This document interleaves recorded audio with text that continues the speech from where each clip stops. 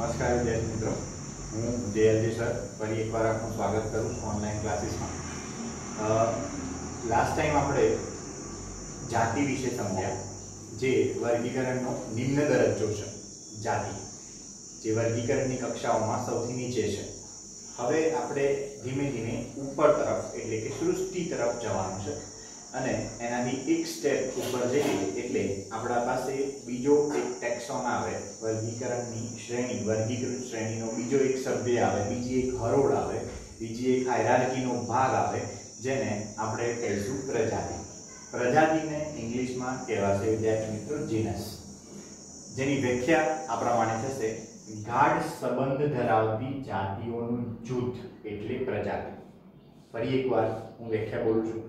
ગાઢ સંબંધ ધરાવતી જાતિઓનું જૂથ બરાબર કહેવાય પ્રજાતિ. મતલબ એવી જાતિઓ કે જે એકબીજા સાથે ગાઢ સંબંધ ધરાવે છે, એકબીજા સાથે લક્ષણોમાં સામ્યતા ધરાવે છે, એકબીજા સાથે લક્ષણો એમના મળતા આવે છે, જુદાપણું ઓછું છે, સમાનતા વધારે છે, આવી અલગ અલગ જાતિઓ એનું જૂથ બરાબર કહેવાશે પ્રજાતિ.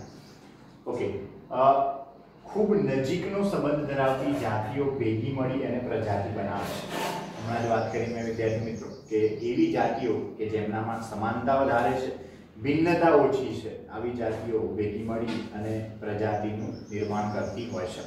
ઓકે, લાસ્ટ લેક્ચરમાં આપણે બટાકા, રીંગણ, સિંહ આ બધાના વૈજ્ઞાનિક નામ વિશે સમજ્યા હતા. બરોબર. બટાકાનું વૈજ્ઞાનિક નામ શું છે વિદ્યાર્થી મિત્રો? સોલેનમ ટ્યુબરોઝમ. રીંગણનું વૈજ્ઞાનિક નામ શું છે વિદ્યાર્થી મિત્રો? સોલેનમ મેલોન્જેના. સિંહનું વૈજ્ઞાનિક નામ શું છે વિદ્યાર્થી મિત્રો? પેન્થરા લિયો. તો એને ફરી એકવાર યાદ કરી અને આ સમજવાનો પ્રયત્ન કરીએ કે બટાકા અને રીંગણ એ બે જુદી જુદી જાતિઓ છે. જેમ કે બટાકાની જાતિ બરાબર થાય ટ્યુબરોઝમ, રીંગણની જાતિ બરાબર થાય મેલોન્જેના. પરંતુ આ બંને જાતિનો સમાવેશ એક જ પ્રજાતિમાં થયેલો છે. કઈ પ્રજાતિ? તો હવે તમે સરળતાથી કહી શકશો સોલેનમ પ્રજાતિ.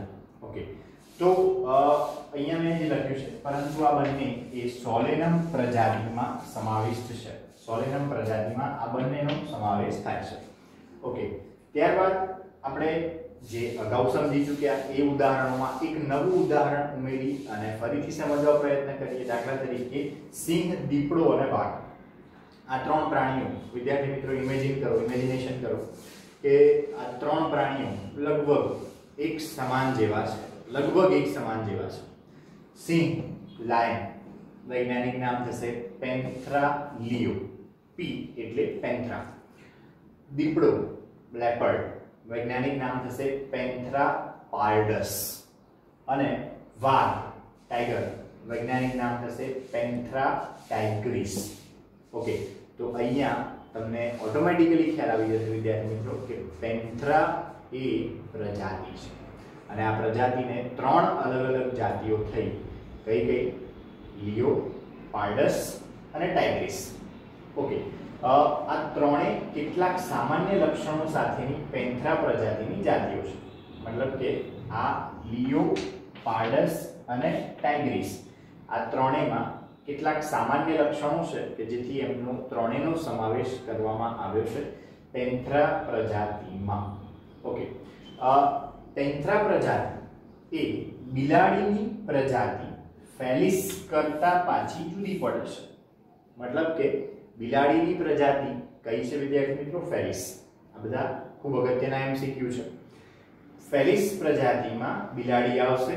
આ બિલાડીની પ્રજાતિ ફેલિસ એ વાઘ, સિંહ અને દીપડાની પ્રજાતિ પેન્થરા કરતા જુદી છે. મતલબ અત્યાર સુધી આપણે જાતિ વિશે ભણ્યા. જાતિઓને ભેગી કરી તો અંદર પ્રજાતિ આવી ગઈ. પ્રજાતિઓને ભેગી કરીશું તો આગળ જે મુદ્દો આવશે એને આપણે કહીશું કુળ, જેને કહેવાય ફેમિલી. ઓકે, હવે આના વિશે આપણે ડિટેલમાં સમજીએ. ચલો, કુળ. તો પેલું સૂત્ર યાદ કરો. તો એ સૂત્ર પ્રમાણે તમને ખ્યાલ આવશે કે નીચેથી ઉપર તરફ જઈ રહ્યા છીએ આપણે, એટલે સૌથી નીચે આવશે જાતિ, એના ઉપર આવશે પ્રજાતિ, પ્રજાતિ ઉપર આવશે કુળ. ઓકે, તો કુળની સામાન્ય વ્યાખ્યા લેવી હોય તો આ પ્રમાણે આવી શકે. કોનો સમૂહ બરાબર કુળ કહેવાય? કોનો સમૂહ બરાબર કુળ કહેવાય? વિચારો વિદ્યાર્થી મિત્રો, તો એની નીચે જે વર્ગીકરણનો એકમ આવે એનો સમૂહ બરાબર કુળ કહી શકાય. તો કુળની નીચે કયો એકમ છે? પ્રજાતિ. પ્રજાતિઓનો સમૂહ બરાબર કુળ. ઓકે, વ્યાખ્યા આ પ્રમાણે લખીશું: પ્રજાતિ અને જાતિની સાપેક્ષમાં ઓછી સમાનતાઓ સાથેનું સંબંધિત પ્રજાતિઓનું જૂથ.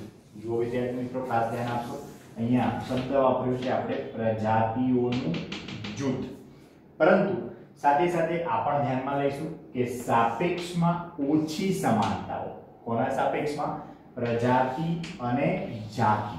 આ બંનેની સાપેક્ષમાં ઓછી સમાનતાઓ.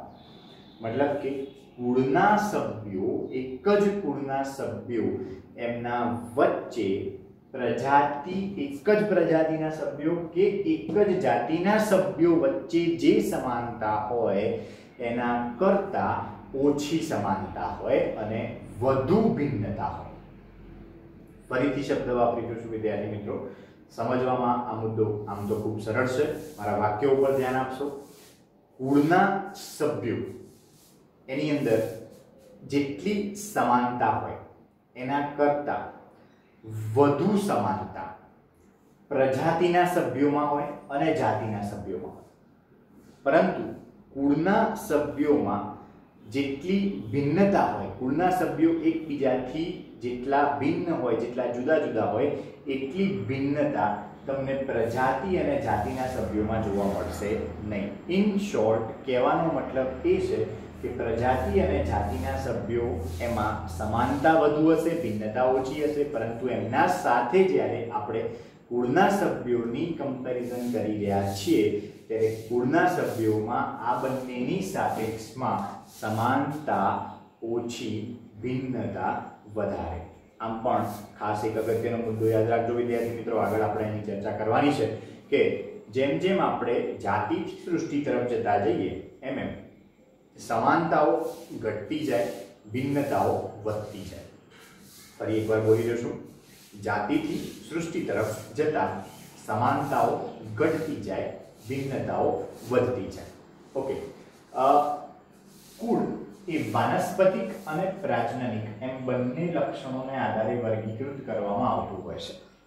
Vegetative characters and reproductive characters. કુળનું વર્ગીકરણ કરતી વખતે આ બે બાબતોને ખાસ ધ્યાનમાં લેવામાં આવતી હોય છે. કઈ બે બાબતો વિદ્યાર્થી મિત્રો? વાનસ્પતિક અને પ્રાજનનિક. આ બે લક્ષણો એને ધ્યાનમાં રાખી અને કુળનું વર્ગીકરણ કરવામાં આવતું હોય છે. જેમ કે કેટલાક ઉદાહરણ લઈએ આપણે વિદ્યાર્થી મિત્રો. સોલેનમ, પેટુનિયા અને ધતુરા આ ત્રણે ત્રણ પ્રજાતિ છે. પ્રજાતિ. ફરીથી શબ્દ વાપરું છું: સોલેનમ, પેટુનિયા અને ધતુરા આ ત્રણે ત્રણ પ્રજાતિ છે, વનસ્પતિની પ્રજાતિ છે. આ ત્રણ પ્રજાતિઓ એનો સમાવેશ એક જ કુળમાં કરવામાં આવે છે, જે કુળનું નામ છે સોલેનેસી. આ ત્રણ પ્રજાતિઓનો સમાવેશ એક જ કુળમાં કરવામાં આવે છે, જે કુળનું નામ છે સોલેનેસી. મતલબ કે સોલેનેસી કુળની અંદર ત્રણ પ્રજાતિઓ થઈ. કઈ કઈ? સોલેનમ, પેટુનિયા, ધતુરા. આનું ઉદાહરણ તમે શીખી ગયા છો એટલે હું તમને હજી થોડું આગળ સમજાવું. સોલેનમ પ્રજાતિની પાછી બે જાતિઓ થઈ: ટ્યુબરોઝમ, મેલોન્જેના. ઓકે, તો નીચે હતા જાતિઓમાં દરેક વસ્તુ અલગ અલગ હતી. ઉપર આવ્યા પ્રજાતિમાં અમુક સજીવો ભેગા થતા ગયા, એક પ્રજાતિની અંદર આવતા ગયા. એના ઉપર ગયા, ઘણા સજીવો ભેગા થતા ગયા, એક કુળની અંદર આવતા ગયા. તો ટૂંકમાં સોલેનમ, પેટુનિયા અને ધતુરા આ ત્રણે ત્રણ અલગ અલગ પ્રજાતિઓ હોવા છતાં તેમનો સમાવેશ એક જ કુળની અંદર કરવામાં આવે છે, જેને સોલેનેસી કુળ કહી શકાય. સોલેનેસી કુળ તરીકે ઓળખવામાં આવે છે. તો હવે આના ઉપરથી આપણે આ વિધાન સમજીએ. સોલેનેસી કુળ એની અંદર સમાવિષ્ટ જે પણ વનસ્પતિઓ છે એ વનસ્પતિઓની વચ્ચે રહેલી સામ્યતા, ઓકે, એ સોલેનમ પ્રજાતિમાં સમાવિષ્ટ સભ્યો વચ્ચે રહેલી સામ્યતા કરતા કેવી હશે વિદ્યાર્થી મિત્રો? તો જવાબ આવે ઓછી હશે. ઓકે, સોલેનમ પ્રજાતિમાં રહેલા સભ્યો વચ્ચેની સમાનતા એ એની જાતિના સભ્યો વચ્ચે રહેલી સમાનતા કરતાં કેવી હશે વિદ્યાર્થી મિત્રો? તો ઓછી હશે. મતલબ સમાનતા એ ઉપર જતા જતા, ઉપર એટલે કે જાતિથી સૃષ્ટિ તરફ જતા જતા સમાનતા શું થતી જાય છે? તો ઘટતી જાય છે. ભિન્નતા શું થતી જાય છે? વધતી જાય છે. જોઈએ છીએ આપણે આગળ, મુદ્દો આગળ ડિટેલમાં આપવામાં આવેલો છે. ઓકે, પરંતુ બીજું પણ એક ઉદાહરણ છે વિદ્યાર્થી મિત્રો આપણા પાસે, પેન્થરા અને ફેલિસ. પેન્થરા આપણે ઓલરેડી ભણી ચૂક્યા હતા. પેન્થરા એ ત્રણ જાતિઓને સમાવતી પ્રજાતિ છે. ફરીથી બોલું છું, પેન્થરા એ ત્રણ જાતિઓને સમાવતી પ્રજાતિ છે. કઈ કઈ ત્રણ જાતિઓ? તો ઓલરેડી અહીંયા આપણે લખેલું છે, લિયોપાર્ડસ અને ટાઇગ્રીસ. આવી ત્રણ જાતિઓને સમાવતી એક પ્રજાતિ પેન્થરા છે, જે આ ત્રણની સામાન્ય પ્રજાતિ છે. સિંહ, દીપડો અને વાઘ એની સામાન્ય પ્રજાતિ છે પેન્થરા. અને આપણે અહીંયા લખ્યું કે બિલાડીની પ્રજાતિ છે ફેલિસ.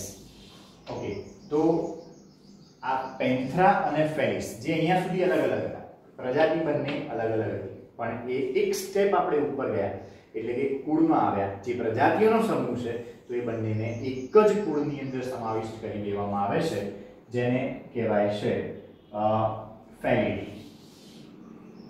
મતલબ ફરીથી બોલું છું વિદ્યાર્થી મિત્રો કે બે અલગ અલગ પ્રજાતિઓ એટલે કે પેન્થરા અને ફેલિસ એનો સમાવેશ એક જ કુળની અંદર કરવામાં આવશે, જે કુળનું નામ છે ફેલિડી.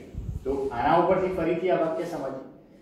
ફેલિડી કુળમાં સમાવિષ્ટ સભ્યોની સામ્યતા એ એની જ પ્રજાતિ પેન્થરા પ્રજાતિમાં સમાવિષ્ટ સભ્યોમાં રહેલી સામ્યતા કરતા કેવી હોય? ઓછી. ઓકે, આવશે આગળ આ મુદ્દો. અહીંયા બીજા બે એમસીક્યુ છે આપણા પાસે વિદ્યાર્થી મિત્રો કે બિલાડીનું કુળ કયું? તો બિલાડીનું કુળ છે ફેલિડી. અને કૂતરાનું કુળ કયું? કૂતરાનું કુળ છે કેનિડી. બિલાડી અને કૂતરા એ બંનેનું અલગ અલગ કુળ છે. બિલાડીનું કુળ છે ફેલિડી અને કૂતરાનું કુળ છે કેનિડી. ભલે આ બંને પ્રાણીઓ એ સસ્તન વર્ગના પ્રાણીઓ છે, પણ આ બંને એ અલગ અલગ કુળની અંદર સમાવિષ્ટ છે. એ બંનેના લક્ષણોને આધારે એમને અલગ અલગ કુળમાં મૂકવામાં આવેલા છે. તો આટલા મુદ્દા ખાસ અગત્યના.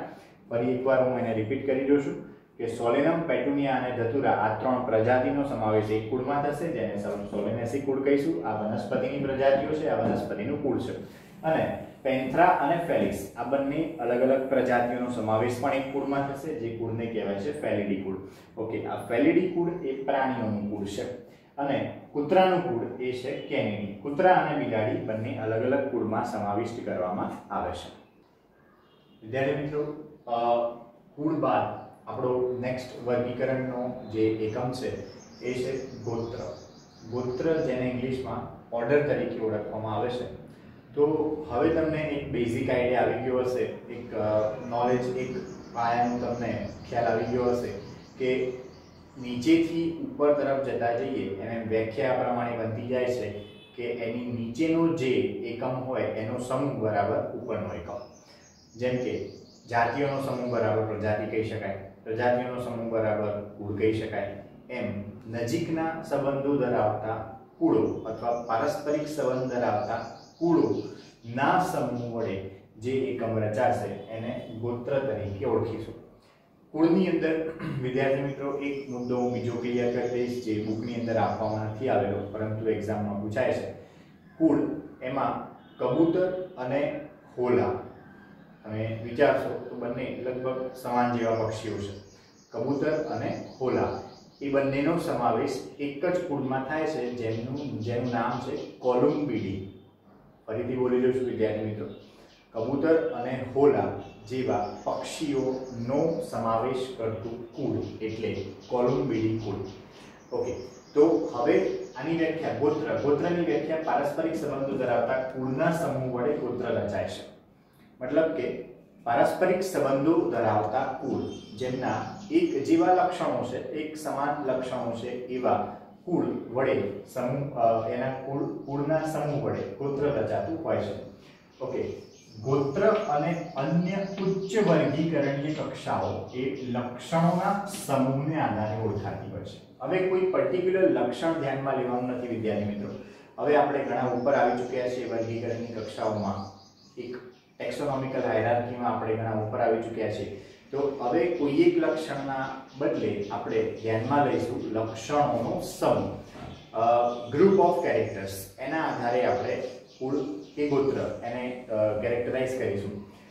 ગોત્રની અંદર બીજો મુદ્દો આવશે કે કુળમાં અન્ય પ્રજાતિની સાપેક્ષે સરખા લક્ષણો ઓછી સંખ્યામાં હોય છે, આપણે જાણી ચૂક્યા. એ જ પ્રમાણે વિદ્યાર્થી મિત્રો ગોત્રમાં પણ અન્ય કુળની સાપેક્ષે સરખા લક્ષણો ઓછી સંખ્યામાં હોય છે. આ એક મુદ્દો થયો કે જે મેં તમને વારંવાર શીખવાડ્યો છે કે જેમ જેમ સૃષ્ટિથી જાતિ તરફ જતા જઈએ એમ એમ સમાનતાઓ ઘટતી જાય, ભિન્નતાઓ વધતી જાય. અને એના કરતા ઊંધું છે કે જેમ જાતિથી સૃષ્ટિ તરફ જતા જઈએ તેમ એમ સમાનતાઓ ઘટતી જાય, ભિન્નતાઓ વધતી જાય. અને સૃષ્ટિથી જાતિ તરફ જતા જઈએ તેમ તેમ સમાનતાઓ વધતી જાય, ભિન્નતાઓ ઘટતી જાય. ફરીથી બોલી દઉં છું. જેમ જેમ સૃષ્ટિથી જાતિ તરફ જતા જઈએ તેમ તેમ સમાનતાઓ વધતી જશે, ભિન્નતાઓ ઘટતી જશે. અને જેમ જેમ જાતિથી સૃષ્ટિ તરફ જતા જઈએ તેમ તેમ સમાનતાઓ ઘટતી જશે, ભિન્નતાઓ વધતી જશે. ઓકે, એક બીજું ઉદાહરણ છે વિદ્યાર્થી મિત્રો અહીંયા કોન્વોલ્યુલેસી અને સોલેનેસી. આ બે નામ છે આપણા પાસે, કોન્વોલ્યુલેસી અને સોલેનેસી. આ બંને એ વનસ્પતિના કુળ છે. સોલેનેસી કુળની આપણે વાત કરી, યાદ કરી લઈએ.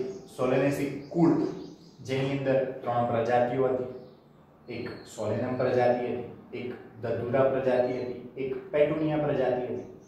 સોલેનમ પ્રજાતિને પાછી 3 જાતિઓ હતી, અલગ અલગ જાતિઓ હતી, નાઇગ્રમ, મેલોન્જેના, XYZ.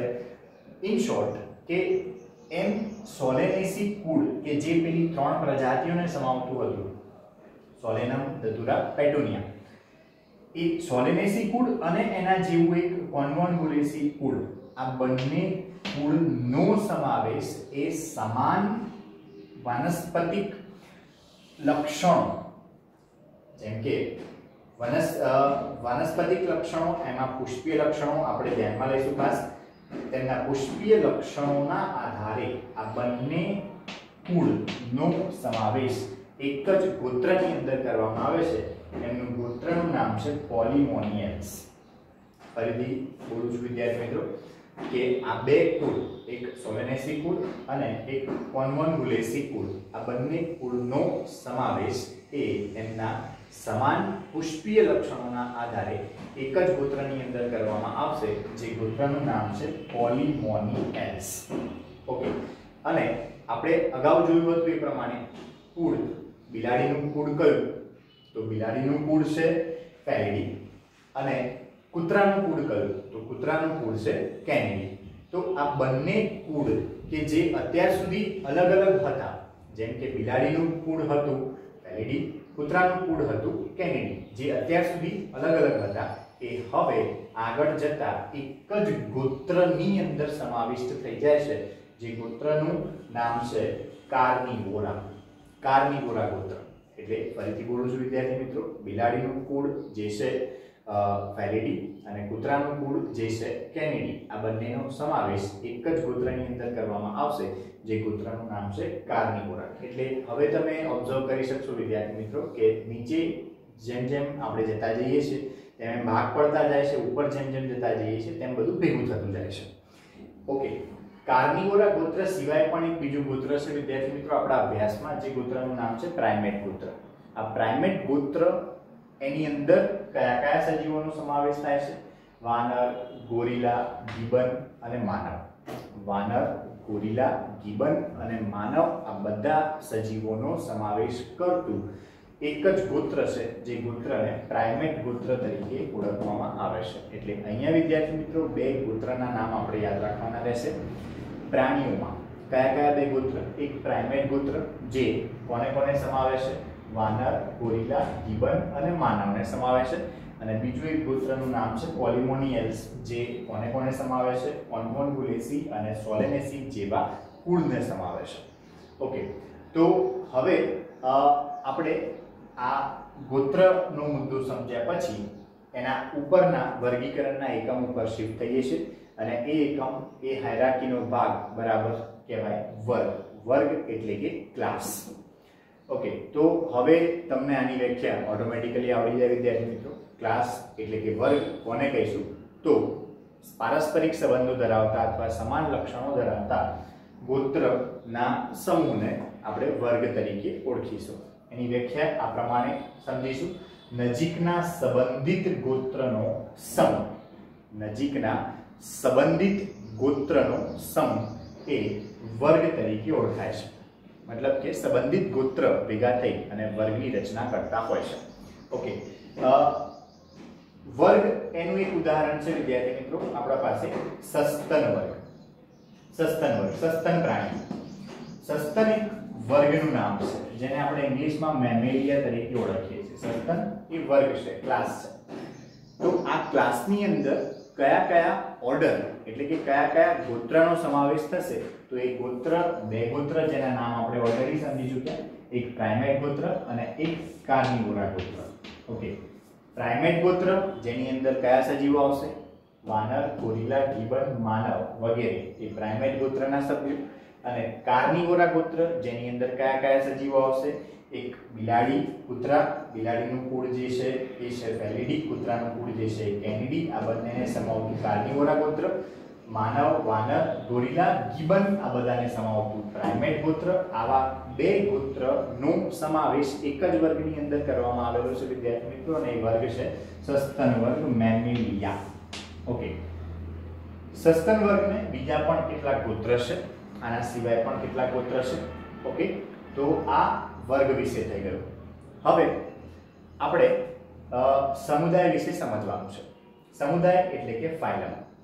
અગાઉના લેક્ચરમાં આપણે જેમ સમજ્યા હતા એ પ્રમાણે વનસ્પતિ હોય તો એના માટે શબ્દ વપરાય વિભાગ, અને પ્રાણી હોય તો એના માટે શબ્દ વપરાય સમુદાય.